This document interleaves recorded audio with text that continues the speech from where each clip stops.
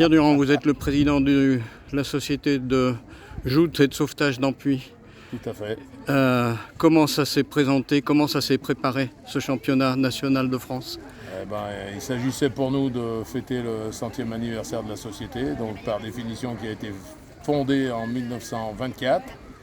Et dans la foulée, pour parachever les transformations qu'il y a eu au port depuis une vingtaine d'années, On va y revenir, ouais. la municipalité a décidé de remplacer nos anciens bâtiments par un bâtiment tout neuf et tout fonctionnel auquel on a été associé au projet, au moins à l'étude, quoi. Et donc on a un bâtiment exceptionnel. D'ailleurs, on a beaucoup de clubs qui sont passés aujourd'hui et qui en sont jaloux, pourrait-on dire.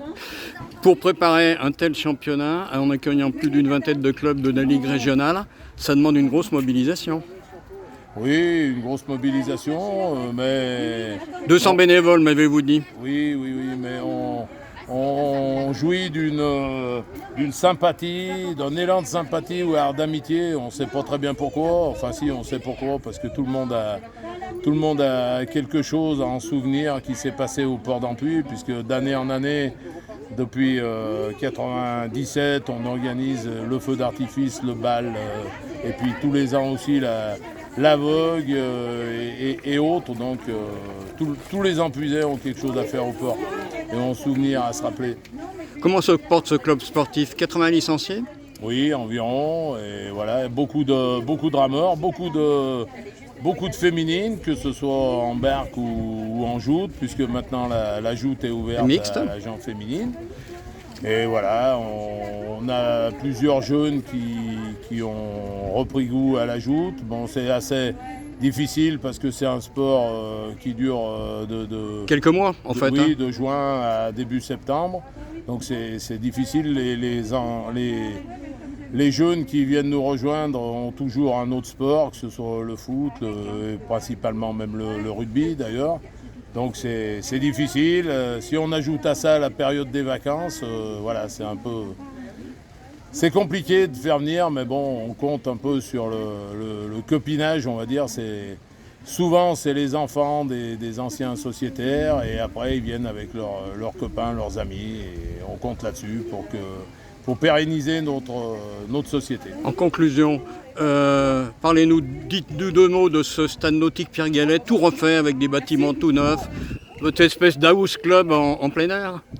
Exactement, écoutez, ça n'a pas commencé cette année, mais depuis une vingtaine d'années, la municipalité a pris le sort du site du port en main.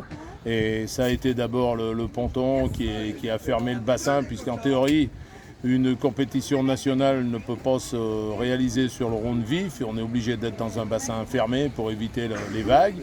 Après, il y a eu la réalisation d'une première tranche de gradin, puis l'éclairage du bassin, une deuxième tranche de gradin, et enfin, cette année, un bâtiment avec toutes les normes de sécurité, d'hygiène et autres qui manquaient un peu à nos anciennes installations, qui a vu le jour.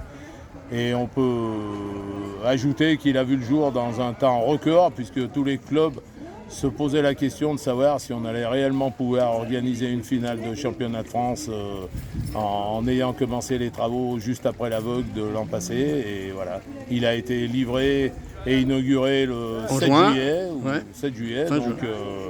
Donc voilà, ça a été une prouesse, je pense, de réaliser ça. Et c'est merveilleux pour nous. Voilà. Vous êtes un président heureux? Oui, tout à fait. Oui. À charge pour nous de pérenniser justement nos activités et de faire vivre le port d'Ampuis le plus longtemps possible.